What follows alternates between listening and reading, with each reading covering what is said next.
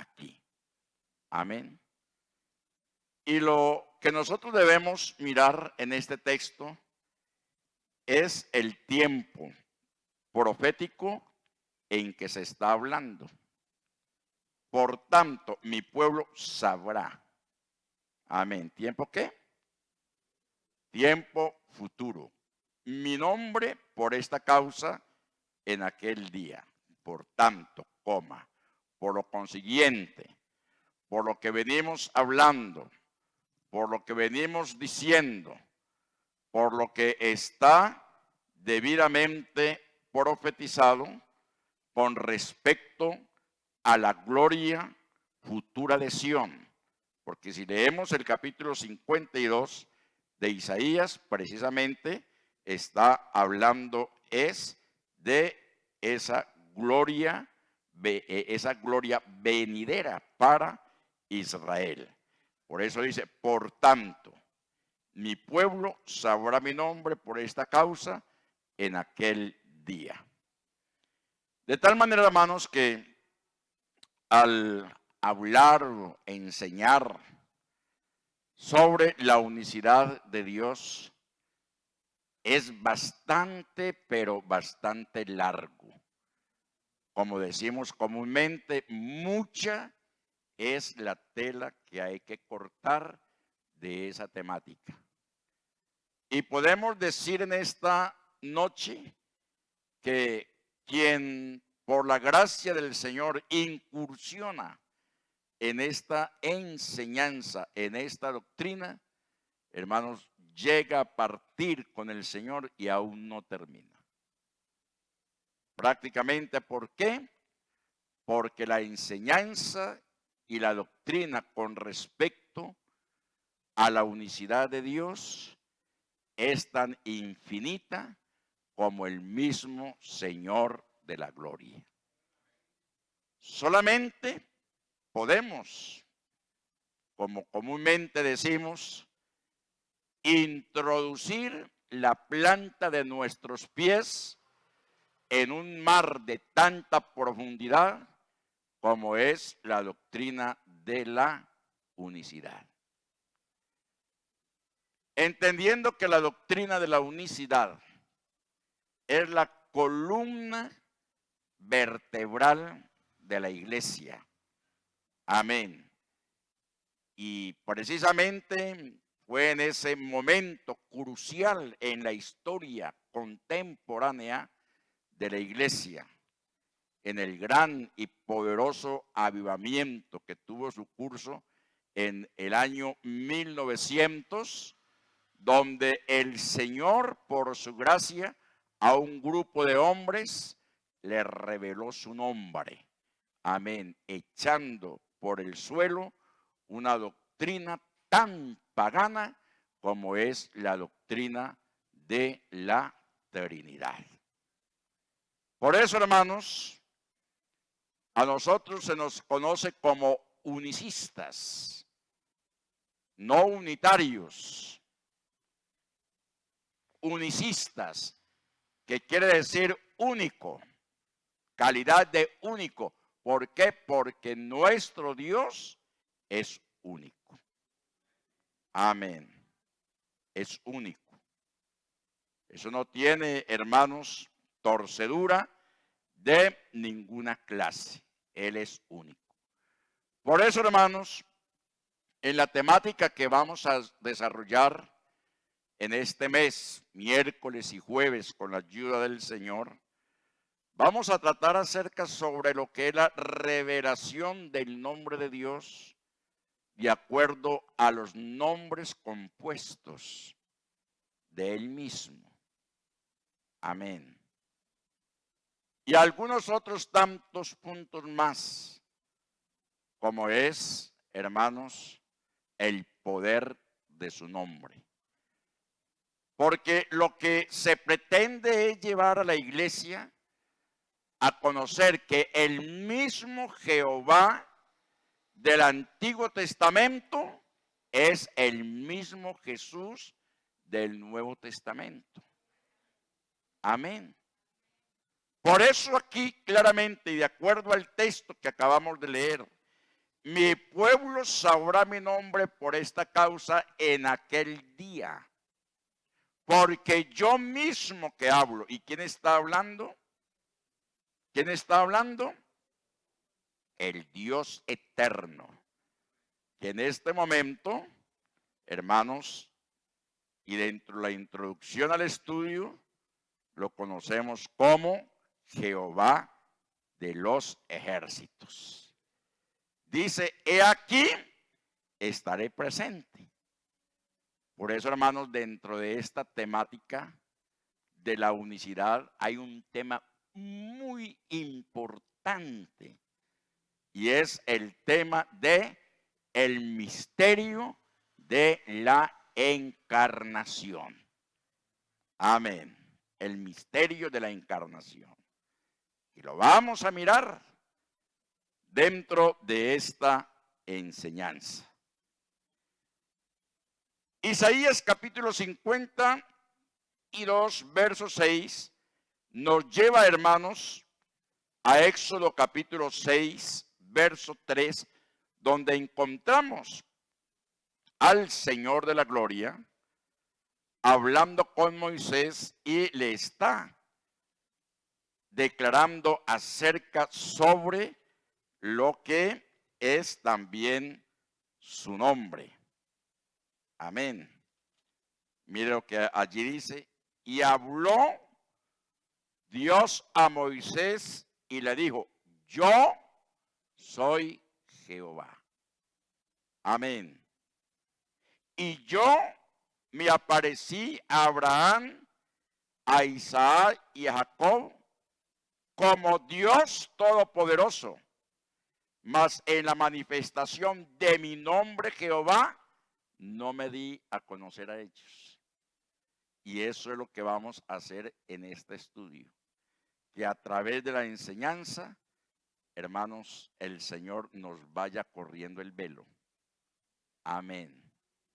Que el Señor nos vaya corriendo el velo, porque precisamente la palabra Apocalipsis quiere decir revelación y revelación quiere decir correr el velo para que lo que es misterioso quede al qué? Al descubierto. Ya me estoy haciendo entender, ¿cierto?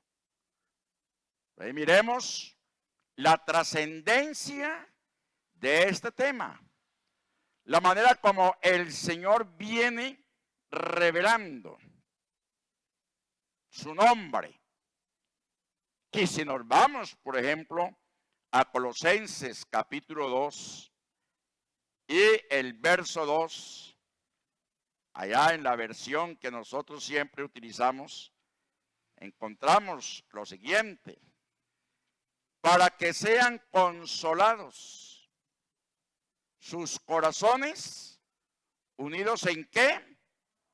Unidos en amor, hasta alcanzar todas las riquezas del pleno entendimiento, a fin de conocer el misterio de Dios, el Padre, y de Cristo. Observemos que ese texto allí aparentemente es dualista.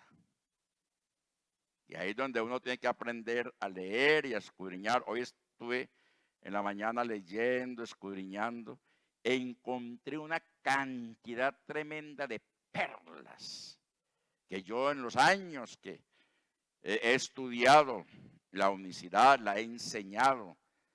Es una de las doctrinas que me encanta, me fascina en gran manera, que me ha establecido, fundamentado en la iglesia.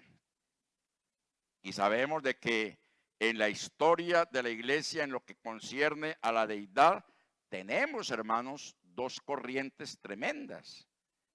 Y es el triteísmo, que es la doctrina que defiende la Trinidad, y el dualismo, que es la doctrina que defiende que uno es el Padre y que otro es también el Hijo. Y miremos lo que allí dice, y no se vayan a confundir, porque ahora vamos a mirar en esta versión se llama la Nueva Versión y se le dio ese nombre no porque sea de ahora 2 o 3 años, son unas versiones antiguas, sino que, como dije al principio, es una versión muy bien cotejada de los manuscritos antiguos. ¿Y qué nos dice acá en la versión, nueva versión, sobre este texto? Pongan en el sentido, dice, para que sean consolados sus corazones, estando ellos unidos consigo mismo en amor, y alcancen a toda la riqueza de la plena seguridad de la inteligencia para el conocimiento. O sea que el apóstol aquí nos está invitando a ser inteligentes, hermanos, y a buscar el conocimiento de Dios con respecto a una doctrina, hermanos, que produce a través de la historia espinas, pero que si nosotros permitimos que el Señor nos revele mediante la unción de su Espíritu Santo, seguramente que podemos salir de cualquier duda. Y mire lo que dice acá, y alcancen a toda la riqueza de la plena seguridad de la inteligencia, porque somos un pueblo ¿qué? Inteligente y con conocimiento. Dice, para el conocimiento del misterio de Dios. Para el conocimiento del misterio de Dios. Coma. Y el de Cristo. Amén. O sea que el misterio de Dios, dice, es decir, el de Cristo. Es decir, ¿cuál es el misterio de Dios? Dice, es decir, el de Cristo. O sea que el misterio de Dios es ¿quién? Amén. Que el misterio de Dios es Cristo. Entonces ahí la dualidad queda, hermanos, sepultada. Queda completamente sepultada porque sigue diciendo, en quien están escondidos todos los tesoros de la sabiduría y de la ciencia. ¿En quién están escondidos todos los tesoros de la sabiduría y de la ciencia? En Cristo. Por eso Cristo es ¿quién? ¿Quién? Dios. Mire lo sencillo que es. Que es hacerle bien la exégesis, pedir al Señor que Él sea revelando. Amén. Luego cuando leemos en Colosenses capítulo 4 y el verso 3, allí dice, cuando orando también al mismo tiempo por nosotros, para que el Señor nos abra puerta para la palabra, a fin de dar a conocer ¿qué? El misterio de Cristo, por el cual también estoy preso. Y aquí dice, orando al mismo tiempo por nosotros también, para que Dios nos abra puerta para la palabra, a fin de hablar el misterio de Cristo, a causa de la cual estoy en prisiones. Y luego, hermanos, cuando nosotros comenzamos a estudiar el Evangelio de Juan, las cartas de Juan, podemos sacar una conclusión muy preciosa. Y estamos en el verdadero. En su Hijo Jesucristo, este es el verdadero Dios y la vida eterna. No tiene vuelta de hoja eso. Este es el verdadero Dios y la vida eterna. Por eso, hermanos, es importante tener una definición concreta de Dios. Amén. Y de pronto nosotros lo hemos declarado en los cultos, pero como en esta noche se trata de un estudio conciso. Es muy bueno llevarnos una idea de acuerdo a lo que estamos estudiando. ¿Cuál es la definición que tenemos acerca de Dios? Porque para enseñar acerca de la importancia de los nombres compuestos de Dios, es necesario pasar primeramente por lo que es la revelación de Dios. Una escalera para llegar a la cima hay que empezar por el primer peldaño. Jamás de los jamases, y yo no he visto el primero arrancando de arriba hacia abajo.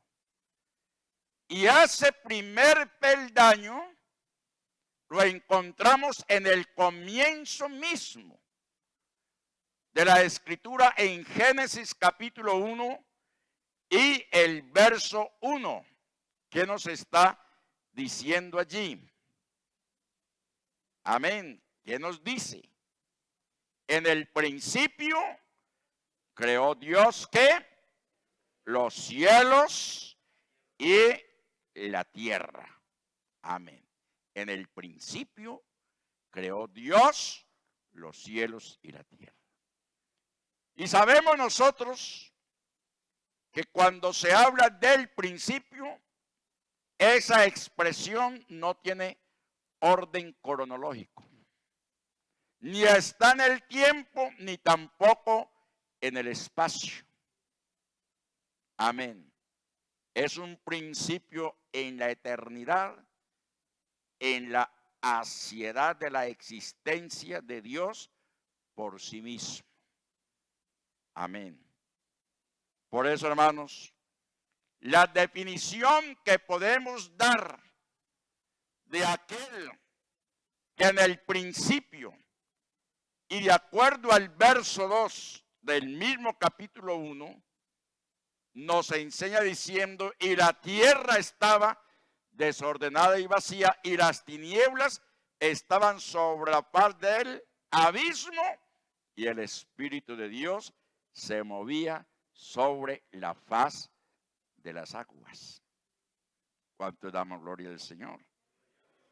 Por eso, la definición que hay que darle a los que preguntan ¿quién es Dios?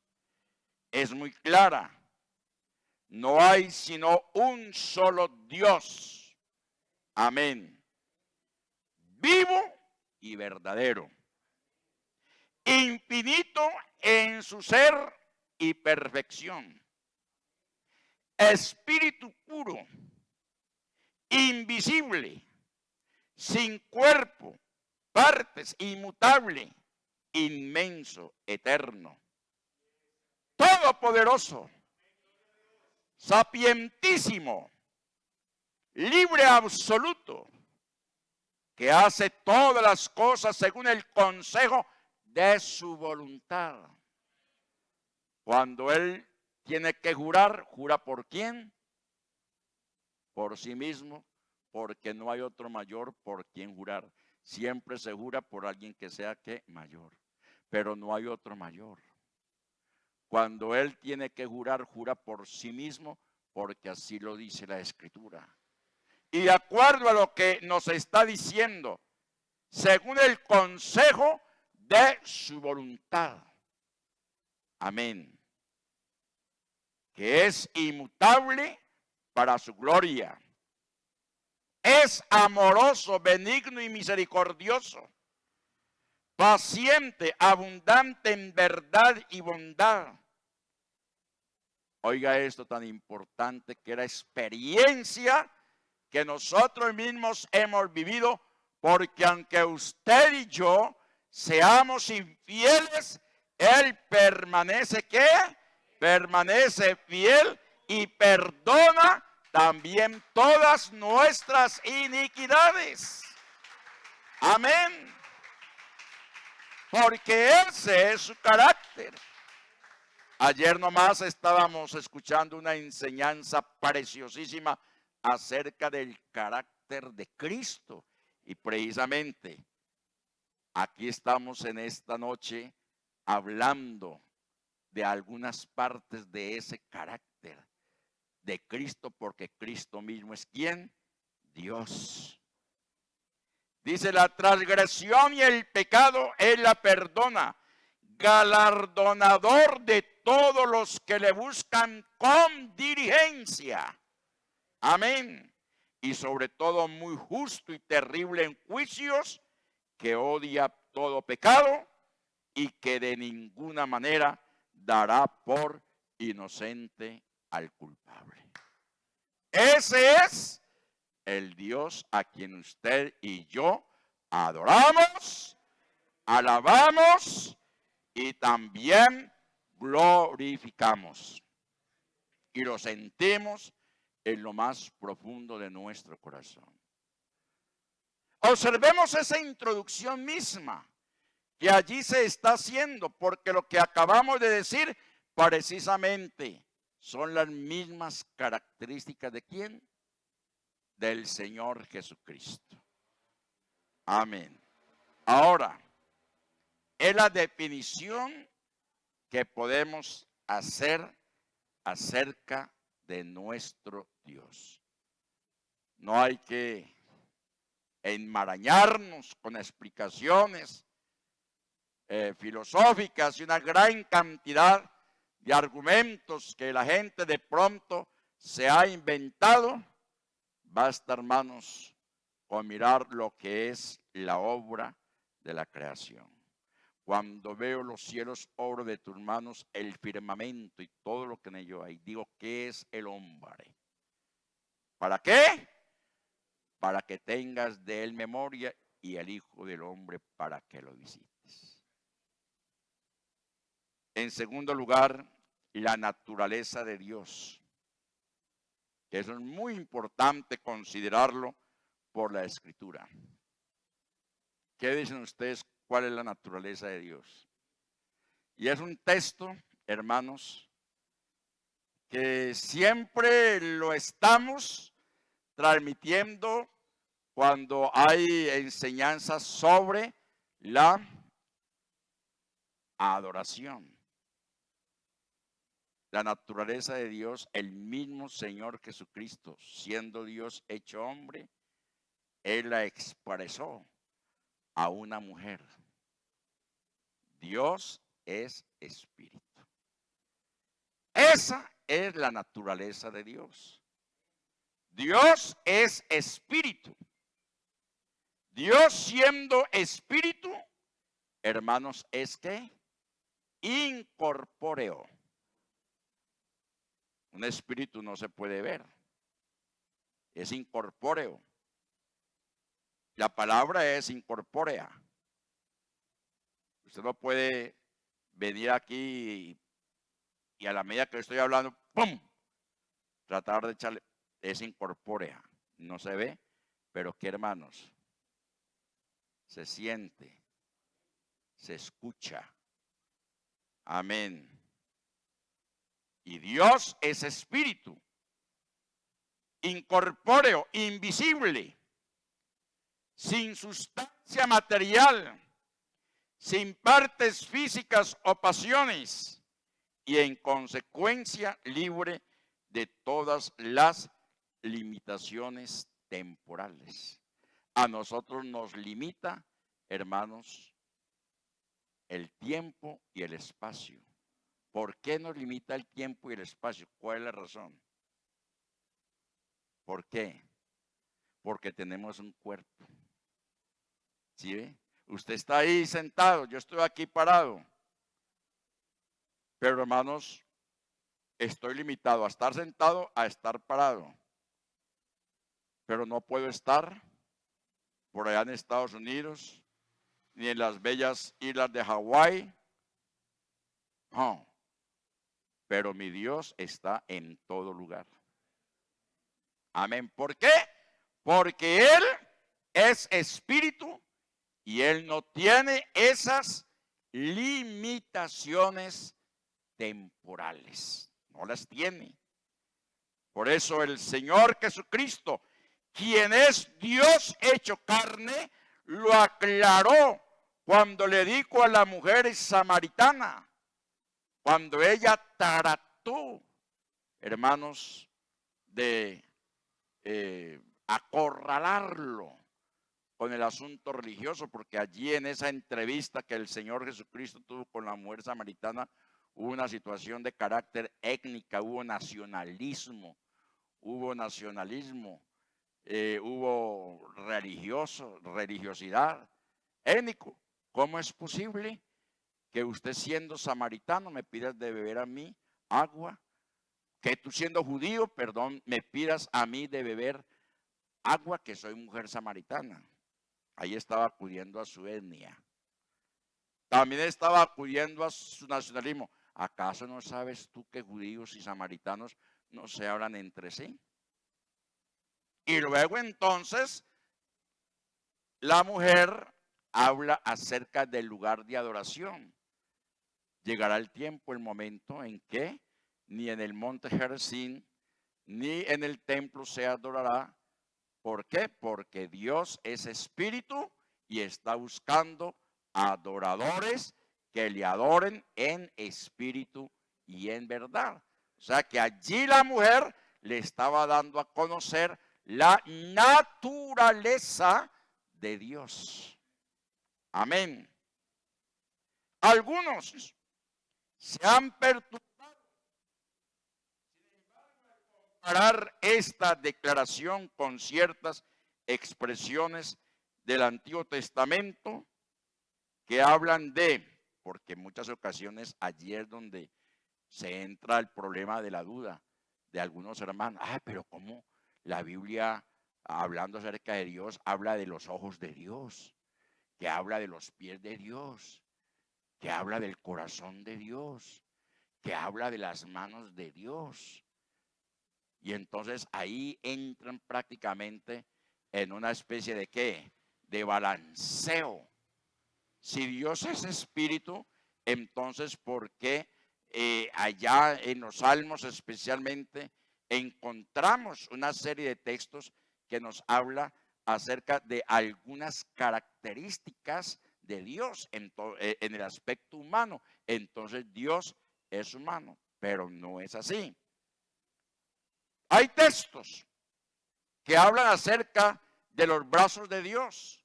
Deuteronomio capítulo 33 y el verso 27. Allí nos habla y dice, el eterno Dios es tu ¿qué? Tu refugio. Amén. Y acá abajo, no sé, el eterno Dios es tu refugio y acá abajo los brazos eternos. Entonces, ya la gente, los brazos eternos, todo lo comparan con los brazos eternos. Él echó de delante de ti al enemigo, y al enemigo ¿qué? Destruye. Entonces, ahí es donde trata de presentarse esa confusión en algunos. Pero hermanos, hay términos teológicos aplicables a esa situación. Y dentro de esos términos están lo que conocemos como los antropomorfismos, figuras antropomórficas y también las llamadas teofanías. Y ahí que cuando se habla de los ojos, de los brazos, de la boca, de los pies de Dios, son figuras que el escritor acude a las mismas para tratar de demostrar de Dios ese aspecto que tiene su apariencia humana, pero que no lo es. ¿Por qué? Porque es un antropomorfismo. O sea, una manera, es una expresión como el escritor se está refiriendo de Dios acudiendo a estos órganos o a estos miembros. Pero Dios, como lo venimos diciendo, es espíritu.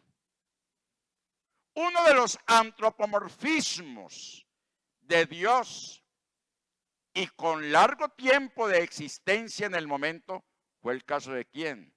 De Melquisedec. El caso de Melquisedec. Sabemos que Melquisedec, sacerdote, ¿de qué? De sacerdote y rey de Salem. Y luego dice que era sin padre, sin madre, sin genealogía. Y el único que no tiene ni papá, ni tiene ni mamá, ni tiene genealogía es ¿quién? Nuestro Dios. Es nuestro Dios, es el único. Entonces allí incursiona en la historia del hombre el mismo Dios de la gloria, en ese antropomorfismo humano y con un nombre, y con unos títulos, rey y sacerdote. Amén. Y lo más tremendo, hermanos, es que si ustedes comienzan a leer esa interrelación de Melquisedec con Abraham y cómo Abraham le da los diezmos de todo a Melquisedec, y miremos cómo Melquisedec, hermanos, de una manera figurativa y profética, le saca a Abraham. ¿Qué le sacó? Para alimentarlo, para darle. ¿Qué le dio? Vino y pan. ¿Ustedes sabían eso? No lo sabían porque ninguno respondió. Vino y pan. Vino y pan. ¿Y eso tiene que ver con qué? Con el cuerpo y la sangre de Cristo en el momento en que el Señor en el cenáculo a sus discípulos hizo la partición diciendo, esto es ¿qué? Mi cuerpo. Entonces miremos de dónde viene. Allá, un antropomorfismo de Dios en un hombre llamado Melquisedec apunta ¿a quién? A Cristo, quien tiene su sacerdocio no según el orden de Aarón, sino el orden de ¿quién? De Melquisedec, porque Melquisedec eterno y eterno es nuestro gran Dios y Salvador Jesucristo. ¿Cuánto damos gloria a Dios? Entonces miremos cómo se va dando, hermanos, esto para nuestro conocimiento.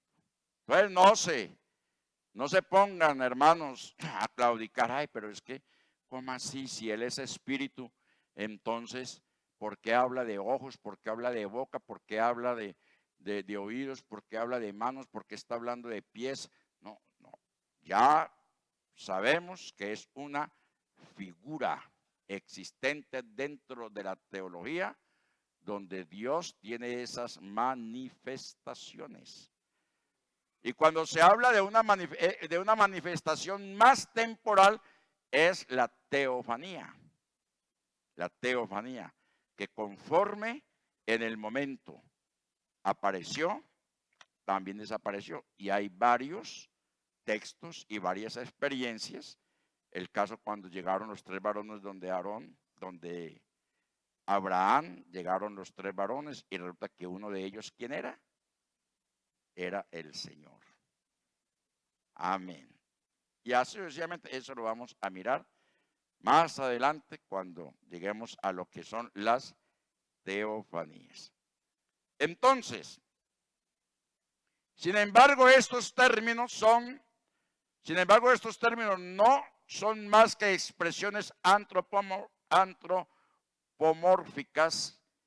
Una expresión, hermanos, antropomórfica es un término que se usa para explicar algunas funciones o características de Dios usando palabras descriptivas de elementos humanos. ¿Sí? ¿Me he hecho entender? Tales expresiones no significan que Dios posea estas partes físicas. ¿Por qué? Porque como ya hemos venido diciendo, Él es espíritu.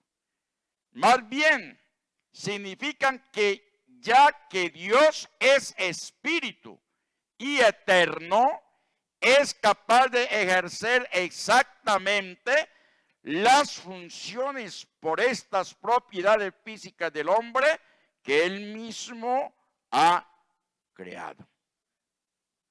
Dios, siendo lo que es espíritu, en su ser se involucra, hermanos, en los tres elementos de su aciedad, que es el intelecto, la emoción y la voluntad.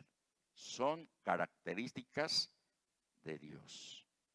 El intelecto, la emoción y la voluntad. Ahora, ¿de dónde viene esa palabra aciedad? Aciedad. Quiere decir ser por sí mismo y desde sí. Solamente es característica de quién? De Dios. De aquel de quien venimos, hermanos, hablando. Término que solo es asignado al Dios único y verdadero. El único que tiene aciedad es Dios.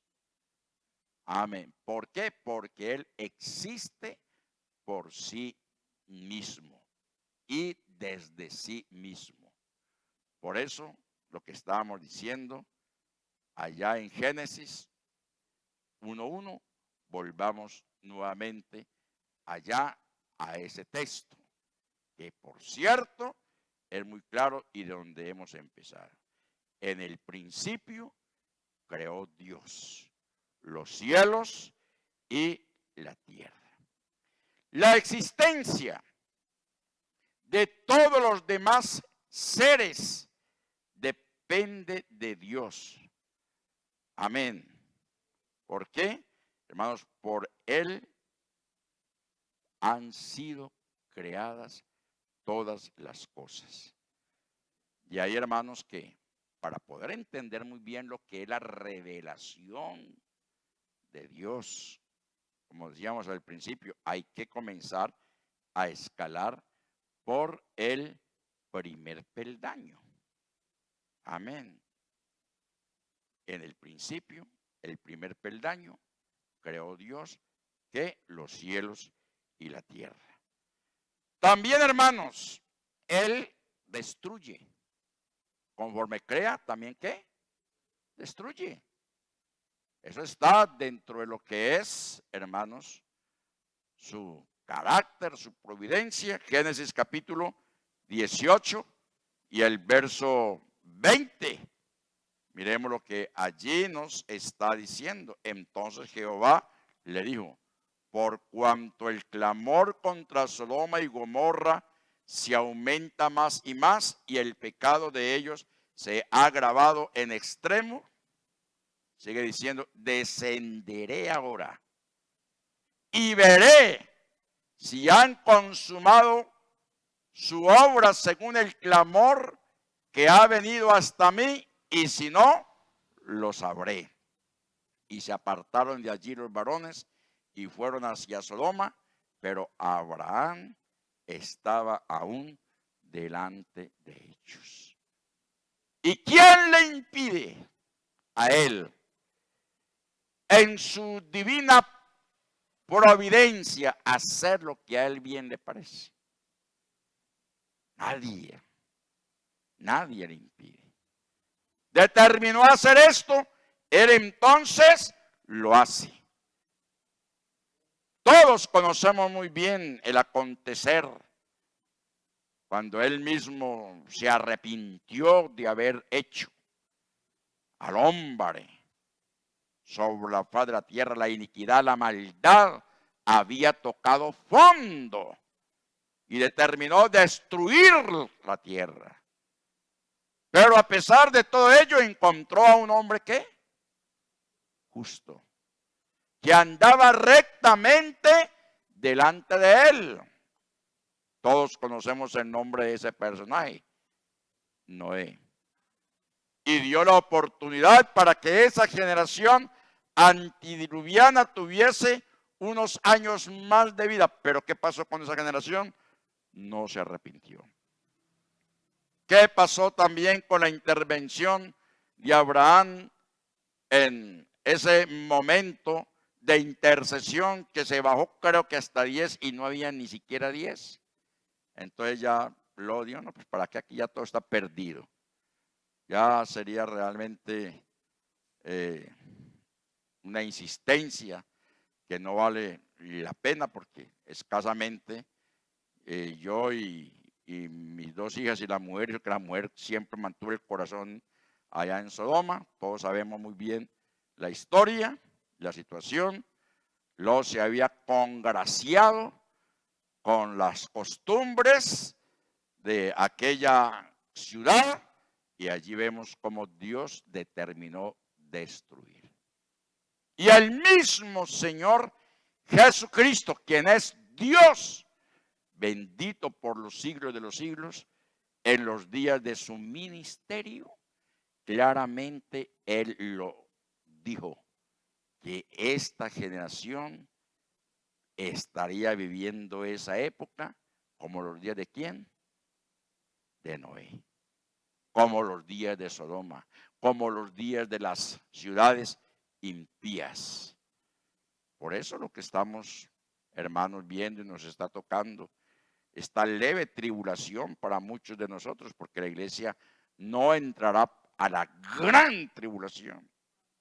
No entrará. Bíblicamente está escrito no entrará, pero esta leve tribulación que estamos viviendo, esta leve tribulación, esta leve prueba, hermanos, porque nos causa mucho dolor, hermanos, la muerte de seres queridos. Y todavía más tremendo es saber que de pronto llega el momento en que viene el mensaje, bueno, ¿y cuándo me toca a mí? Ahí está el asunto. Pero estamos aferrados de la mano del Señor, porque si Él destruye, Él también, hermanos, provee. Salmo 104, Él provee. Amén. Eso hay que entenderlo, porque está dentro de lo que es su deidad. Él provee. Salmo 104, verso 27, ¿qué nos dice allí la escritura? Miremos el texto. Todos ellos esperarán en quién? En ti, para que les des su comida a tiempo. Amén. Les das, recoges, abres tu mano, se sacian de bien, escondes tu rostro, se turban, les quitas el hálito, dejan de ser y vuelven al polvo. Tremendo lo que dice. Y sigue diciendo, envías tu espíritu, son creados y renuevas la faz de la tierra. Ese es nuestro Dios, hermano. Dios de tanto amor, Dios de tanta misericordia, crea, destruye, pero también provee. Amén. Por eso hoy más que nunca, hermanos, debemos afianzar nuestra confianza en el Señor. Amén. Por ahí estoy realizando un tema, la fe puesta a prueba. Amén. Y sí que en estos momentos la fe está siendo puesta a prueba. Sí que está siendo puesta a prueba. Hermanos, pero recordemos lo que está diciendo este salmo. Envías tu espíritu. Y mire que está hablando de qué? Del Espíritu Santo. Son creados y renuevas la faz de la tierra. También enaltece. Salmo 75, versos 6 y 7. Este es, hermanos, mucho Dios el que nosotros tenemos. Amén. que en medio de lo que estamos viviendo, Él nos está sacando adelante. ¿Por qué? Porque ni de oriente, ni de occidente, ni del desierto viene el enaltecimiento. Mas Dios es el juez, a este humilla y a aquel enaltece. Qué bendición, hermanos, tenerle a Él por nuestro Dios. Y sigue hablando la Escritura, sigue dando testimonio de todo ese carácter que nuestro Dios tiene y que lo manifiesta a cada uno de nosotros, para que no nos desviemos, para que nuestro pensamiento esté siempre fijo allá en la meta de la soberana vocación a la cual hemos sido llamados. Por eso, a buen tiempo el Señor ha puesto en mi corazón esta temática para la iglesia. Poder, hermanos, hablar, enseñar de esa experiencia, de esa vivencia que personalmente he tenido y puedo transmitirla también a la iglesia. ¿Por qué? Porque Él nos oye. Amén. Y nos lo dice allá el Salmo 94, el verso 9. Dice, el que hizo el oído no oirá. Amén. El que formó el ojo no verá. El que castiga a las naciones no reprenderá. No sabrá el que enseña al hombre la ciencia. Amén. Jehová conoce los pensamientos de los hombres, que son ¿qué? Vanidad. Amén. Por eso en esta noche tenemos esa plena seguridad, hermanos, de que Él nos oye. Y ahí es donde vamos escalando. Ahí es donde vamos escalando. En el conocimiento de quién es Él para nosotros. ¿Por qué? Porque Él tiene cuidado. Tiene cuidado de usted. Tiene cuidado de mí. Amén. También Él se duele. También Él ama. Por eso, hermanos, qué bendición en esta noche poder acercarnos a aquel que es el todo para nosotros. ¿Cuánto damos gloria al Señor? Pero no quiero retirarme, ya el tiempo ha transcurrido. Nos enseña también esta área de la unicidad, que el conocimiento de Dios es la gloria del hombre. El conocimiento, el conocer a Dios es la gloria del hombre. Entre más le conocemos a Él, entre más nos metemos, hermanos, en ese mar, nos vamos adentrando. Aunque, como lo dije al principio, no nos es fácil llegar hasta la coronilla acá en el conocimiento. Pero bueno, lo que el Señor tenga para darnos es muy bien recibido. Amén.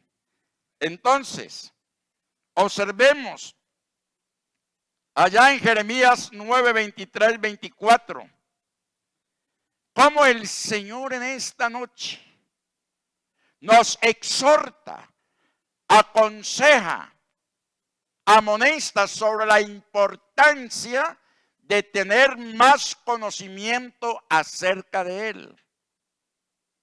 Porque estudiar la unicidad no solamente es para contender contra otras denominaciones contrarias a lo que es la deidad o la unicidad de Dios, el triteísmo, por ejemplo. No, el conocer la unicidad, la revelación de Dios, hermanos, es para que nuestra fe se se afiance, se fundamente. Hay muchos que estudian la unicidad y eso está muy bien y yo aplaudo.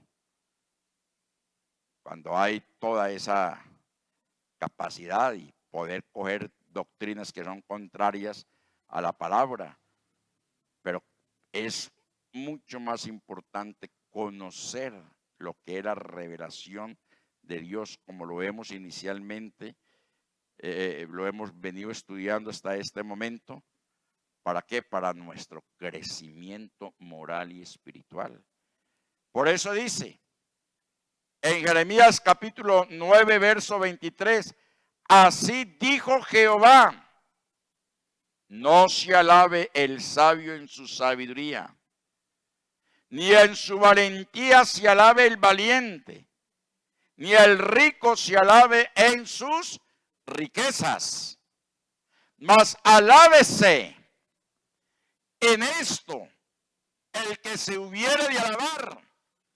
Ahí vemos dos puntos enunciativos. Dice, en entenderme y conocerme. ¿Y qué es lo que estamos haciendo? ¿Qué es lo que estamos haciendo con lo que estamos en esta noche escuchando? Conociéndole. Amén. Entendiéndole. ¿Que yo soy quién? Jehová. Por eso el mismo Señor Jesucristo también lo declaró diciendo, yo soy el que soy. Amén. Que yo soy Jehová, que hago misericordia, juicio y justicia en la tierra, porque estas cosas quiero, dice Jehová. Amén. Ahora, si esto se compara con Juan capítulo 14, verso 8 al 12, miremos lo que dice. Felipe le dijo, Señor, muéstranos al Padre y nos basta. Jesús le dijo, hombre, tanto tiempo hace que estoy con vosotros y no me has conocido, Felipe. ¿Ah? Ahí prácticamente el Señor fue que, hermano, vea, escueto, fue abierto. Sin embargo, hermanos, aunque él estaba siendo tan claro, el conocimiento de ellos seguía siendo ¿qué? Cerradito. Porque él les dice, tanto tiempo hace que estoy con vosotros y no me has conocido, Felipe. El que me ha visto a mí, ha visto al Padre. Amén. ¿Cómo pues dices tú, muéstranos al Padre? ¿No crees que yo soy en el Padre y el Padre en mí? Aleluya. Las palabras que yo os he hablado, no las hablo por mi propia cuenta, sino que el Padre que mora en mí, Él hace las obras. Y más adelante creo que es en Juan 10, 30, donde Él dice, yo y el Padre, uno somos. Entonces, con base a este texto, hermanos, es que nosotros debemos tener muy presente lo que es irnos introduciendo en el conocimiento de Dios. En medio de la crisis de fe y bajo nivel espiritual en el que está viviendo nuestra sociedad, se deja escuchar la voz de Dios a través del profeta cuando dice, alábese en esto el que se hubiere de alabar. De tal manera, hermanos, que en esta noche vamos a dejar hasta ahí porque el tiempo nos transcurrió, pero nos hemos deleitado. ¿Qué tal? ¿Sí o no? Entonces, para mañana continuamos, hermanos, con la enseñanza. Y durante todo este mes, los miércoles y jueves, estaremos enseñando sobre lo que es, coloquemos allá el sobre la unicidad y sabrán ¿qué? Mi nombre. Y sabrán mi nombre. Bien, hermanos, dice, y conocerán mi nombre. Y conocerán mi nombre. ¿Estamos interesados? Entonces, para mañana, Dios mediante, si el Señor no determina otra cosa, hermanos que están allá en la red, en plataforma, vénganse mañana, Dios mediante. Continuamos con la ayuda del Señor y así estaremos aprendiendo más y más de su palabra. Que el Señor nos bendiga y la paz de Él sea con cada uno de nosotros. Dios le bendiga.